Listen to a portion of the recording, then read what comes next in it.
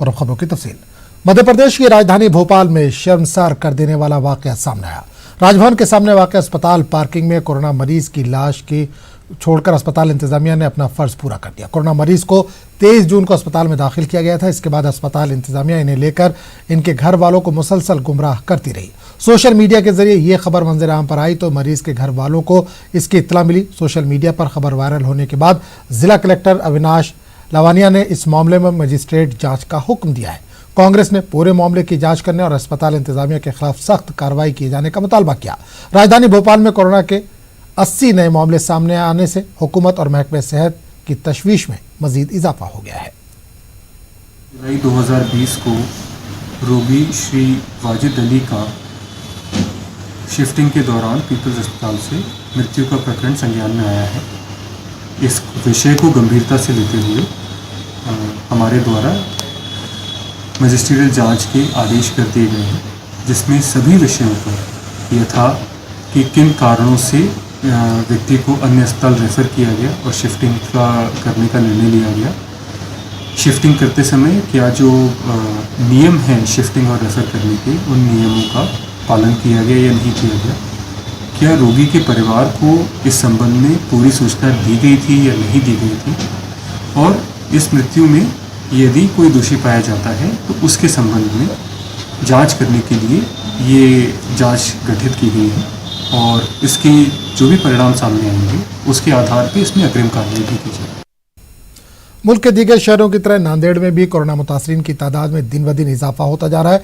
नांदेड़ में अब तक 500 के करीब कोरोना मुतासरा मरीज पाए गए हैं। ऐसे में जिला इंतजामिया ने कोरोना मुतासरीन के इलाज के लिए बड़े पैमाने पर तैयारियां शुरू कर दी हैं। जिला अस्पताल में किए गए इंतजाम कम पड़ने की सूरत में हंगामी हालात के दौरान मरीज का इलाज किया जा सके, इसके लिए 200 बिस्तरों पर मुश्तमिल एक नए अस्पताल का इफ्तिताह किया गया है। रियासत की काबीना वजीर अशोक चौहान के हाथों इस अस्पताल की नई इमारत का इफ्तिताह अमल में आया। कोरोना के अगर पेशेंट बढ़ेंगे तो उनको फैसिलिटी भी आपको बढ़ानी है। उसी माध्यम से सिविल हॉस्पिटल की जो बिल्डिंग थी वो तैयार थी, उसमें हमने 100-200 बेड अरेंज किए, उसको ऑक्सीजन भी लगा है, सो दैट कि अगर कोई पेशेंट जीएमसी और हमारा गुरु गोविंद सिंह सिविल हॉस्पिटल अगर भर जाता है तो और एक एडिशनल कैपेसिटी अपने को तैयार करनी थी। उस माध्यम से वो हमने तैयार की है और माननीय मंत्री महोदय के हाथ से उसका आज इनफॉर्मली उद्घाटन हुआ है, और अगर पेशेंट बढ़ते हैं तो हम अभी पेशेंट वहाँ पे हम एडमिट कर पाएंगे। औरंगाबाद में कोरोना पर काबू पाने के लिए 10 जुलाई से 18 जुलाई तक सख्त कर्फ्यू नाफिज रहेगा। इस दौरान म्यूनिसिपल कॉरपोरेशन ने 3 अहदाफ तय किए हैं, जिनमें कोरोना के टेस्ट में जंगी पैमाने पर इजाफा, मुश्तबा मरीजों को क्वारंटीन करना और दस्तयाब वसाइल को मौसर तरीके से नाफिज करना शामिल है। इस बात की जानकारी म्यूनिसिपल कमिश्नर आस्तिक कुमार पांडे ने दी। इनका कहना है कि तिब्बी जाँच के लिए शहर में 17 मोबाइल टीमें तैयार की गई ताकि हालात पर काबू पाया जा सके।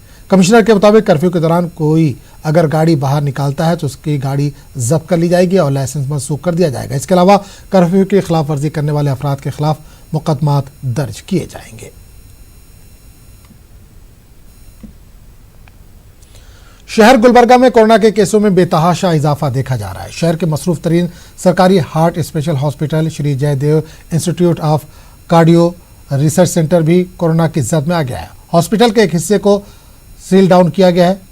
हॉस्पिटल में एडमिट मरीजों को एहतियाती इकदाम के तहत जरूरी गोलियां और दवाएं देकर डिस्चार्ज किया जा रहा है। ओपीडी को मुकम्मल तौर पर बंद कर दिया गया है। स्पेशल अस्पताल इंतजामिया के मुताबिक शनिचर को हॉस्पिटल आवाम के लिए दोबारा खोला जा सकेगा। ऑपरेशन एंजियोग्राफी के मामले भी शनिचर तक के लिए मुलतवी कर दिए गए हैं।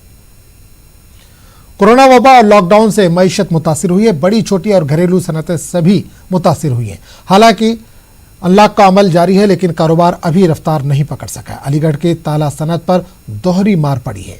हिंद चीन सरहद कशीदगी और नेपाल बहरान के सबब ताला और हार्डवेयर के कारोबार पर असर पड़ा, जिसकी वजह से कारोबारी और कारीगर दोनों परेशान हैं। पेश हमारे नुमाइंदे कामरान की report.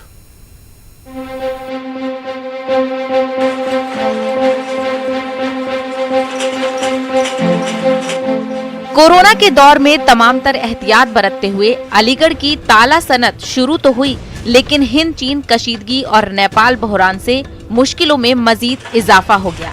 Indo Nepal export association के सेक्रेटरी पंकज वार्ष्णी का कहना है कि अलीगढ़ के 250 के करीब कारोबारी हैं, जो नेपाल से 200 करोड़ सालाना कारोबार करते हैं, लेकिन सरहदें सील होने से कारोबार मुतासिर हो रहा है।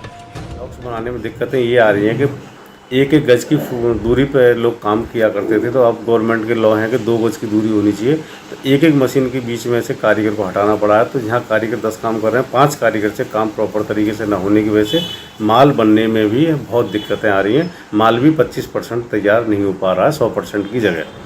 तो हमको ऐसा लग रहा है कि जब तक ये कोरोना चलेगा तो लगता है कि काम जो है हमारा हार्डवेयर का तो बहुत दिक्कत रहेगी। तो कहीं भारत और नेपाल में कोई तनातनी होगी तो हम व्यापारियों को इस बात का डर लग रहा है कहीं हमारा पैसा ना फंस जाए, कि हमारे बिजनेस पे फर्क ना पड़े। लगता है कि हमारा काम बंद ना।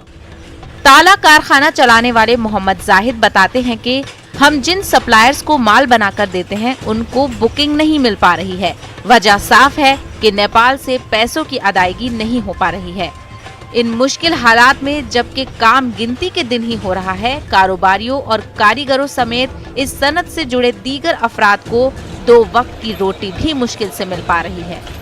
हमारा ताले का कारोबार है, पैडलॉक बनाते हैं हम लोग।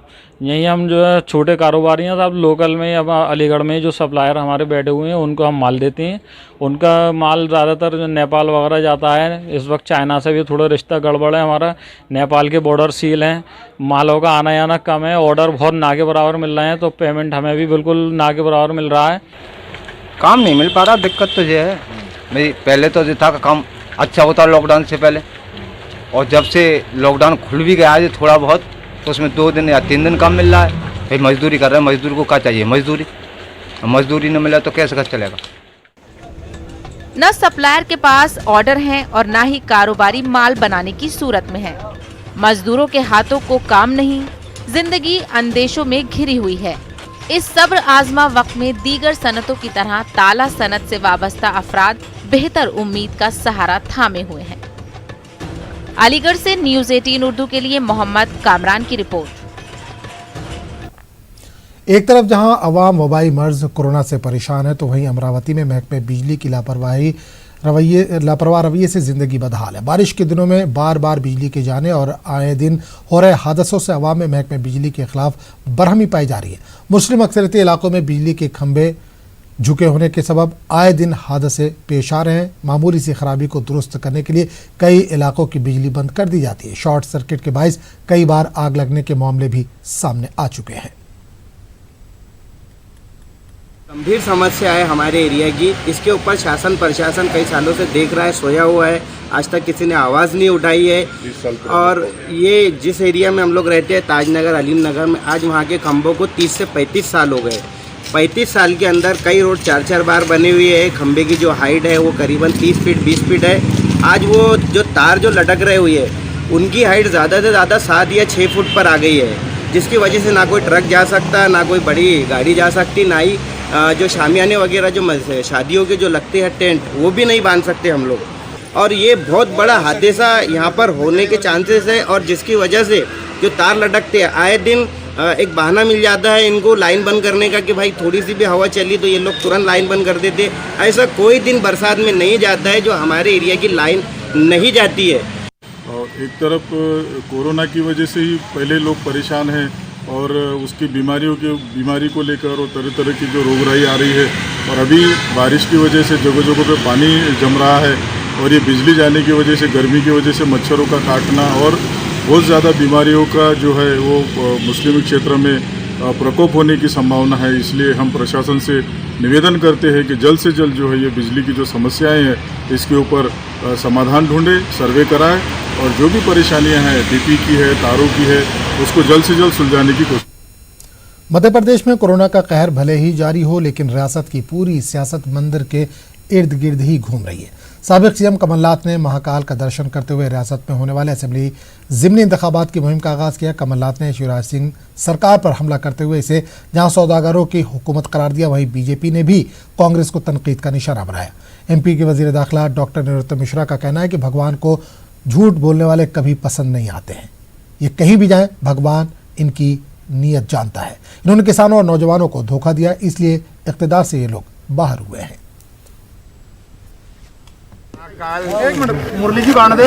आशीर्वाद मुझे मिले, पार्टी को मिले, प्रदेश को मिले, ताकि प्रदेश का भविष्य सुरक्षित रहे, नौजवानों का भविष्य सुरक्षित रहे। यही मेरी प्रार्थना आज महाकाल में है। 14 से गवर्नमेंट बनी, सौदे से मंत्रिमंडल बना, सौदे से विभाग बांटे। ये प्रदेश का हाल है। प्रदेश की जनता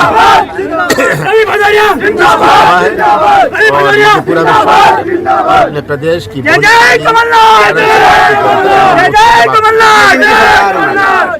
पीताम्बरा पीठ से जब ये अध्यक्ष बन के आए थे माननीय कमलनाथ जी, तब इन्होंने शुरुआत की थी। महाकाल भी गए थे, पीताम्बरा पीठ भी गए थे, और दोनों में आशीर्वाद मिला। अल्पमत की सरकार बनी, तोड़ जोड़ से बनाई, अपना घर संभाल नहीं पाए। तो भगवान को मालूम है ये धोखा दिया इनने किसान को, नौजवान को धोखा दिया, बेटियों को धोखा दिया, बहुओं को धोखा दिया, महिलाओं को धोखा दिया। तो अब ये कहीं चले जाएं। औरंगाबाद में कोरोना के बढ़ते वाकयात और बार बार लॉकडाउन से शहरियार में जहनी तनाव बढ़ता जा रहा है। इसकी कई एक वजूहत है। लोगों के जहनी तनाव को दूर करने और उनमें खुद एतमादी पैदा करने के लिए कम्युनिटी पुलिसिंग, पैम इंसानियत फोरम और दीगर NGOs की मदद से माहिरीन नफ्सियात का एक वर्कशॉप हुआ। इस वर्कशॉप में 2 दर्जन से ज्यादा माहिर नफ्सियात ने शिरकत की। इस मौके पर शहर के मुख्तलिफ इलाकों में काउंसलिंग सेंटर कायम करने और परेशान हाल लोगों की तिब्बी इमदाद करने का फैसला किया गया। यहाँ की साइकोलॉजी डिपार्टमेंट की तरफ से और पयामी इंसानियत की तरफ से, साथ में कम्युनिटी पुलिसिंग की तरफ से और विशेष रूप से हमारे डॉक्टर संदीप सिसोदे, इनकी तरफ से जो डिप्रेशन में लोग हैं उनकी मदद कैसे की जा सकती है, इसके बारे में एक कार्यशाला थी। 3 दिन का टेलीफोनिक काउंसलिंग सेशंस लिया था, तो हमको उन 3 दिनों में 200 से ज़्यादा फ़ोन आए थे। वो फ़ोन्स के बाद हम लोग इस नतीजे पर पहुँचे कि लोगों को बहुत ज़्यादा जहनी तनाव है, बहुत डिप्रेशन के शिकार हैं लोग। ऐसे लोगों को 1-to-1 इंटरेक्शन और उनकी अलग अलग सेटिंग्स लेके उनका जो जहनी स्ट्रेस है उस स्ट्रेस को कम करने के लिए उनके लिए काउंसलिंग सेंटर्स कायम करने ज़रूरी है। हम इस स्टेट से, इस प्लेटफॉर्म से बताना चाहते हैं कि जैसा हम लोग बार बार एक शेर बोलते हैं कि घर सारा जल गया बचा ही क्या है। लोग सोचते हैं कोरोना आ गया तबाही मच गई, क्या होगा, घर सारा जल गया बचा ही क्या है। दूसरा इंस्पायरिंग मिसरा है कि जब मैं बच गया तो फिर जला ही क्या है। आप है, जहाँ है, जहाँ है। इसी तरह ये कोशिशें हमारी रहेंगी। हाल ही में राज्यसभा के लिए मुंतखब होने वाले बीजेपी रुकने पार्लियामेंट अशोक गस्ती ने कोरोना वायरस से न घबराने की आवाम से अपील की। इन्होंने कहा कि वज़ीर-ए-आज़म नरेंद्र मोदी बार बार आवाम से सोशल डिस्टेंसिंग रखने की अपील कर रहे हैं। इन्होंने कहा कि मोदी और येडियुरप्पा हुकूमत कोरोना के फैलाव को रोकने के लिए हर मुमकिन इक़दाम कर रही है। इसी के साथ आवाम का भी ताउन जरूरी है। अशोक गस्ती ने रायचूर में न्यूज़ 18 उर्दू से बात करते हुए इन ख्यालात का इजहार किया। रायचूर के जिले के हर नागरिक को मैं इतना बोलना चाहता हूँ, कोरोना वायरस से आप जागरूक रहिए। कोरोना वायरस इसके साथ हम लड़ना है, इसलिए कंपलसरी आप मास्क डालिए, सैनिटाइजर यूज़ करिए, सोशल डिस्टेंस पे रहिए और अपना ज़्यादा से ज़्यादा वक्त अपना घर में बिताइए। कोरोना के वबा के दरमियान बेंगलुरु में बज़्म शाहीन ने अपना यौम तासीस मनाया। इस मौके पर समाजी फासले का लिहाज रखते हुए तकरीब का इनेकाद किया गया। गुलिस्तान शादी महल में हुई इस तकरीब में शोरा समेत 50 लोगों को ही मदऊ किया गया था। बज़्म शाहीन के सदर बाबा जी ने कहा कि हर साल यौम तासीस के मौके पर अज़ीमुश्शान कुल हिंद मुशायरा मुनक़िद किया जाता था, लेकिन कोरोना के वबा के पेश नज़र मुख्तसर सी महफिल सजाई गई। इन्होंने कहा कि उर्दू की तरक्की और तरवीज का काम जारी रहना चाहिए। नौजवान नस्लों तक उर्दू ज़बान व अदब का पैगाम पहुँचना चाहिए जो है। और वबा फैली हुई है, हम तमाम लोगों को उस चीज़ से महफूज रहना है, दूसरों को भी उस चीज़ से बचाना है। ऐसा कोई काम हमसे ना हो कि जो किसी को तकलीफ़ हो, तो इसलिए हमने बड़ा प्रोग्राम नहीं किया है। ये हमारा मुख्तसर सा प्रोग्राम ऑनलाइन इसीलिए रखा ताकि जो लोग नहीं आ सकते वो घरों में बैठकर जो है इस पर हमारा पैगाम यही है उर्दू दानों के लिए कि वो कोई कभी भी किसी भी हाल में जब आप कोई प्रोग्राम कर रहे हैं या किसी चीज़ से जुड़े हैं तो वो हर हाल में करें। आज जो है बज़्म शाहीन का यौम तासीस है। बज़्म शाहीन से जुड़ने वालों के लिए एक बहुत ही ख़ास दिन है। हम चाहते थे कि इस मुशायरे को बहुत ही बड़े पैमाने पर मुनक़्क़द करें, लेकिन अफसोस सद अफसोस के इस वबा की वजह से जो है हमने इस प्रोग्राम को महदूद किया है। और हमने तरहीम इसरा दिया था जिस पर तबाज़माई करते हुए मुल्क भर के शोरा इकराम ने कलाम से नवाजा है, हमें भेजा है बज़्म शाहीन को। लेकिन हम माज़रत चाहते हैं कि तमाम का कलाम पढ़ नहीं सकते क्योंकि वक्त इसकी इजाज़त नहीं देता, इसलिए मुंतखब कलाम। क्या आत्मनिर्भर भारत के नारे से हिंदुस्तानी मईशत को नुकसान होगा? अगर आपको भी ऐसे सवाल परेशान करते हैं तो देखिए नेटवर्क की टीम के group editor in chief Rahul Joshi के साथ न्यू डेवलपमेंट बैंक के साबिक चीफ केवी कामत की ये एक्सक्लूसिव बातचीत, जिसमें कामत ने न सिर्फ हिंदुस्तानी मईशत पर भरोसा जताया बल्कि इसके यू टर्न लेने का दावा भी किया। Forecasters are predicting a somewhat bleak outlook for the Indian economy. You know, IMF says that the economy will contract by 4.5%. Goldman Sachs puts the number at 5%. In fact, OECD is saying that it could decline by even more than 7%, if there could be a second wave of coronavirus. What do you make of all this? I get a different picture. I get, at least in India, things seem to be coming around or will come around much quicker than what any of these agencies or institutions which estimated growth, had forecast. First, I will look at agriculture because that to us is the core of India. That still is a large employer, though share of GDP has dropped over the years. Now, I find agriculture has come back very quickly. Rural India has been less affected by the challenges, the health challenges, and the connection to the market has transformed dramatically. I then jump to the other side, which is large industry. The large industry, again, if I look at the construct, and all it needs is, today data is readily available.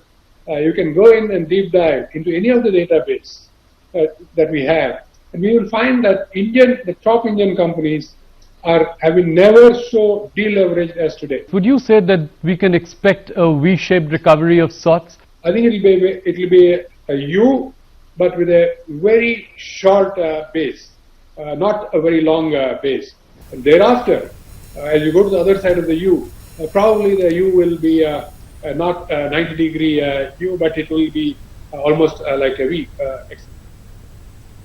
Bihar में मुस्लिम वोटों को लेकर सियासत शबाब पर है। खासतौर से JDU और आरजेडी के दरमियान मुस्लिम वोटों पर एक होड़ मची है। जेडीयू ने दावा किया है कि नीतीश कुमार ने मुस्लिम समाज के लिए काफी काम किया है। नतीजे के तौर पर अक़लियती तबका नीतीश कुमार को अपना हमदर्द समझता है। वहीं आरजेडी ने हुकूमत पर सख्त हमला करते हुए कहा कि नीतीश कुमार मुसलमानों के दरमियान जात पात को बढ़ावा दे रहे हैं। आरजेडी लीडर आरिफ हुसैन के मुताबिक नीतीश कुमार ने सूबे की सबसे बड़ी मुस्लिम तंजीम अमरत शरिया को भी अपने पाले में खड़ा कर दिया है।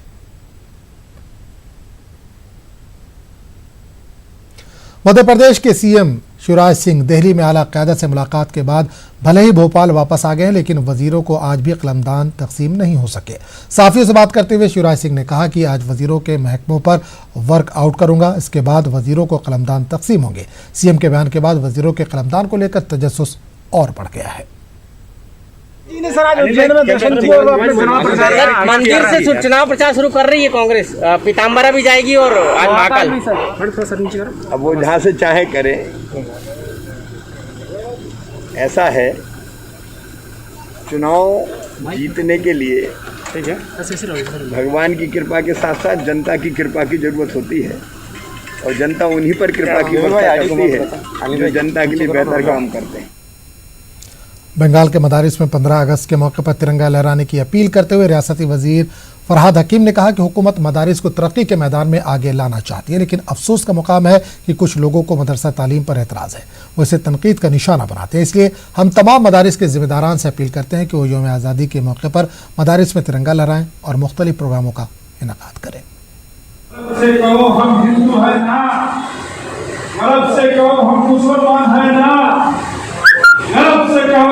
हिंदुस्तानी हैं, से कहो हम भारतीय हैं, हम भारतीय हैं, यही काम।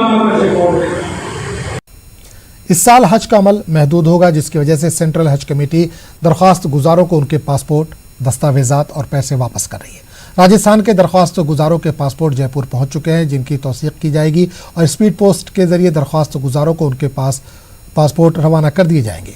कोरोना वबा के चलते सऊदी हुकूमत ने पहले ही ऐलान कर दिया है कि इस साल बैरून ममालिक से कोई भी शख्स हज करने नहीं आएगा और मुकामी शहरियों के अलावा बैरून ममालिक के सिर्फ उन अफराद को हज की सादत नसीब होगी जो सऊदी अरब में मुकीम है। इन सऊदी हुकूमत ने हज के लिए बाकायदा ज़ाब्तों का ऐलान भी किया है, जिसमें हुज्जाज को हज के दौरान मास्क पहनना और एक दूसरे से समाजी दूरी बनाए रखना ज़रूरी होगा। इसके अलावा हुज्जाज को किसी भी तरह का मजमा लगाने की इजाज़त नहीं होगी।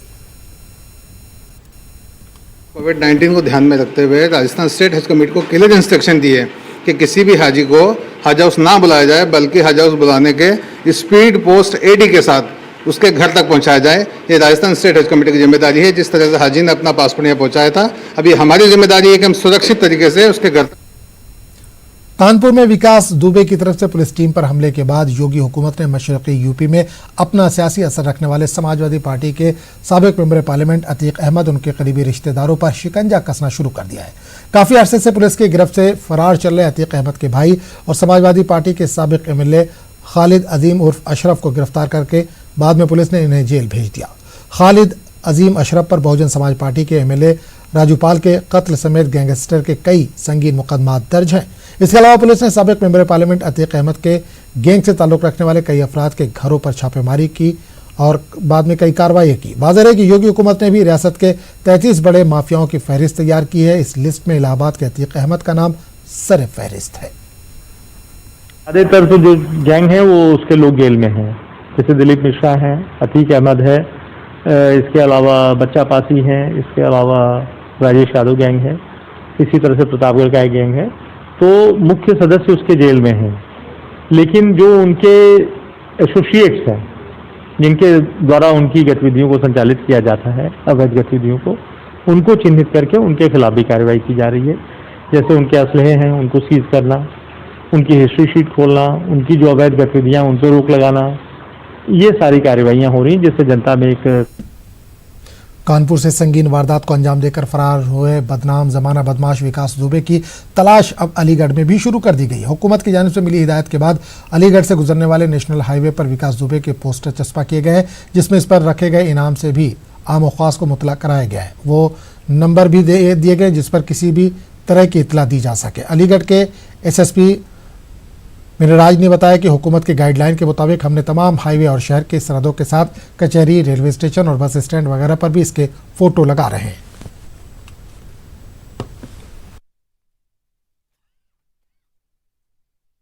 हमको आदेश मिला है वो जो विकेश दुबे वांटेड मुलजिम है, डायला के इनामी है जनपद कानपुर नगर से, और उनका फोटोस हम लोग सभी जगह प्रचार कर रहे हैं। खासतौर से जनपद के सीमाओं पर लगा हुआ टोल गेट है, वहाँ पे सभी जगह पोस्टर हमने चस्पा किया है, और उसके अलावा हमने जनपद में आदेश दिया है और कोर्ट, कचहरी, बस स्टैंड, रेलवे स्टेशन पर भी चस्पा करने का आदेश दिया है, उसका गिरफ्तारी करने के लिए भी। और उनका बारे में कोई भी आदमी सूचना देंगे उनका हम। सीएए और एनआरसी के खिलाफ 20 दिसंबर को मेरठ में हुए एहतजाजी मुजाहरे के बाद शहर के कई इलाकों में तशद्दुद के वाक़यात पेश आए थे। इस मामले में पुलिस ने 56 अफराद को गिरफ्तार करके जेल भेजा था। इनमें से कई मामलों में पुलिस ने गैर मुनसिफाना और जानिबदाराना तरीके से कार्रवाई को अंजाम दिया था, लेकिन संगीन दफात में मामला दर्ज होने के सबब इनमें ज़्यादातर अफराद को अब तक जमानत नहीं मिल सकी है और ये अफराद गुज़िश्ता 6 माह से जेल में बंद हैं। ऐसे ही एक मामले में मुलजिम बनाए गए 60 बरस के बीमार बुजुर्ग मोहम्मद इकरार की जमानत सेशन कोर्ट के बाद हाई कोर्ट से भी खारिज होने के सबब अब तक इनकी रिहाई नहीं हो सकी, जबकि मोहम्मद इकरार के वकला का कहना है कि तशद्दुद मामले में पुलिस की एफआईआर सीसीटीवी फुटेज की बुनियाद पर झूठी साबित हो रही है। थी और इसमें मुलजिम जो था वो इकरार था, जिसकी उम्र करीब 60 साल थी। मामला ये था कि वो बीमार था और वो घर पर था अपने, उसे घर में से निकाला गया, घर में से लाया गया और उसकी वीडियोग्राफी भी है। और ये वाक़या जो है ये हुआ है 2 बजे के बाद, और उसकी गिरफ्तारी है जिस पर टाइम और डेट पड़ी हुई है वो है सुबह 9 बजे की। तो झूठे मुकदमे में तो फंसाया आप 2 बजे, जो आप आपकी एफआईआर तो 2 बजे कहती है, घटना 2 बजे हुई का मतलब ये है वो फिक्टिशियस था, बिल्कुल झूठा मामला था। और वो तो हमने वीडियो से दिखा दिया, उसके बावजूद भी उसकी बेल खारिज कर दी गई।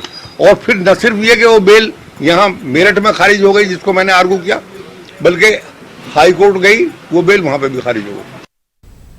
जुनूब हिंद की मारूफ दरगाह हज़रत ख्वाजा बंदा नवाज के उर्स तकारीब का आज से आगाज़ हो गया है। आज संदल माली की तकरीबात का इनेकाद किया जा रहा है। नमाज फजर से कबल संदल माली तकारीब को मुकम्मल कर लिया जाएगा। कोरोना के पेश नज़र उर्स तकारीब व मरासिम को महदूद कर दिया गया है। आज रात मुनक़िद होने वाली संदल माली तकारीब समेत किसी भी तकरीब में ज़ायरीन को शिरकत की इजाज़त नहीं है। ख्वाजा बंदा नवाज के खानवादा के अफराद ही उर्स मरासिम व तकारीब में शिरकत कर सकेंगे। आम ज़ायरीन के लिए दरगाह शरीफ को बंद कर दिया गया है।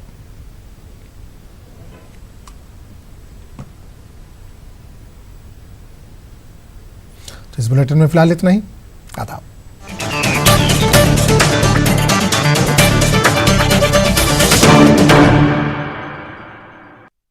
पिछले कुछ